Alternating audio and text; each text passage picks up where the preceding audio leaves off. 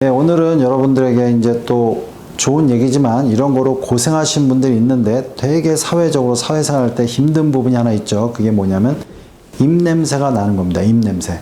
근데 입냄새가 이제 보통은 입 구강 안에 어떤 문제이기 때문에 치과를 가죠. 근데 치과에서 특별히 잇몸이나 이런 충치라든가 어떤 냄새를 낼 수 있는 원인이 없다 그럴 때 여러분들이 고민해야 될 거 제가 한번 설명해 드릴 테니까 고민해 보시길 바라겠습니다. 연쇄신통. 일단은 입냄새가 실질적으로 딴 사람이 느끼는 경우하고 자기만 느끼는 경우가 있어요. 자기만 느끼는 경우는 보통은 약간 미네랄 밸런스의 문제인 경우가 많습니다. 특히 몸에 아연이라든가 이런 미네랄 밸런스가 잘 안 맞아서 어떤 신경이 예민해지고 자기가 스스로 냄새를 느끼는 경우가 있습니다. 이런 경우는 이제 보통 수액을 맞고 자기가 생활상의 음식이 편중되게 먹거나 그런다면 그런 걸 좀 관리하시는 게 되게 중요하고, 흔히 이런 냄새를 좀 예민하게 느끼는 분들, 자기 뭔가 냄새가 나는 것 같이 느껴지는 분들은 보통 아연이 좀 모자란 경우가 많습니다. 그런 경우 제가 이제 아연이 들어간 수액을 좀 놔드리기도 하죠. 자, 이거는 자기가 느끼는 건데 실적으로 남이 좀 느낀다.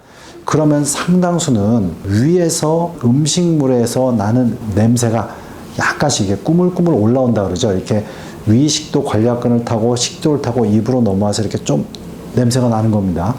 물론 이렇게 심하게 넘어오면 역류성 식도염이 이제 되는 거죠. 그런 건데 그러지 않고 미세하게 음식물이 위에서 음식을 먹은 게 빨리 소화돼서 아래로 쭉 내려간다면 그런 냄새가 나질 않겠죠. 그러니까 첫째로 이런 분들이 대다수가 위에서 음식물이 정체가 되는 거예요. 그러면 정체가 되는 원인은 뭐냐면 약간 위기능이 떨어졌다든가 소화효소액이 떨어진다든가 아니면 등이나 이런 데가 안 좋아서 위로 가는 자율시험 기능이 떨어질 때 문제가 됩니다.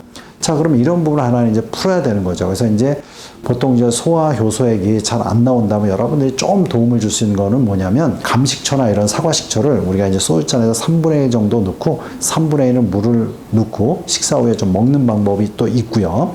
그 다음에 여러분들이 식사 중에 너무 물을 많이 먹는 건 좀 안 좋아요. 왜냐면 이제 소화액이 막 희석시키려는데 물이 들어오면 소화액이 희석돼가지고 이게 소화가 안 되는 거죠. 그러다 보니까 오래 위에서 정체가 됩니다. 그러니까 늦게 나가니까 아무래도 음식이 미세하게 부패된 음식 냄새가 이제 위로 올라오게 되는 거예요. 그 다음에 여러분들이 주의할 게 뭐가 있냐면 음식물을 먹고 이런 분들은 위장 운동 기능이 좀 떨어진 경우가 많기 때문에 약간은 움직여주는 게 좋아요. 그래서 몇 가지 좀 하는 게 좋습니다. 일단은 복식호흡을 하는 게 좋습니다. 숨을 들이실 때 배가 불룩 나오게 하면은 횡격막을 수축시키는 거고, 횡격막이 위식도 관략근을 도와주기 때문에 위식도 관략근이 꽉 조여지면 음식물이 넘어오거나 냄새가 넘어오기 어렵겠죠.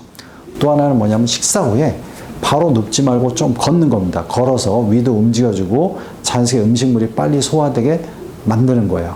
그래서 여러분들 이런 걸 또 해야 되고요. 중요한 건 뭐냐면 등 쪽을 잘 관리하셔야 돼요. 이런 분들이 등이 좀 틀어지거나 여자분들 브레이저근 지나는 부위, 그 부위가 바로 자율신경이 바로 위로 가는 신경이기 때문에 자율신경 기능이 떨어지면 위가 잘 안 움직이죠. 그러니까 등도 좀 뻐근하고요. 잘 체하기도 하고 뭔가 쉽게 더부룩하고, 그러면 등을 심하게 틀어지면 우리가 이제 치료해서 좀 잡아야 되지만 본인이 하려면 등 쪽을 좀 자주 마사지 한다든가 마사지 볼을 이용해서 등 주위를 풀어주는 것도 되게 중요합니다. 여러분들 이렇게 좀 관리하셔야 되고요.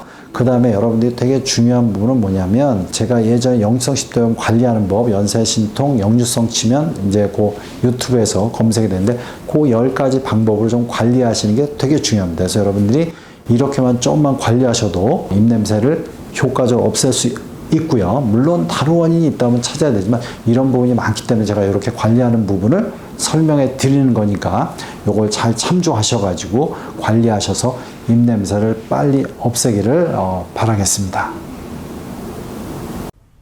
예, 연쇄신통TV 여러분 구독해 주시고요. 여러 영상이 있습니다. 이렇게 참조해 주시기 바랍니다.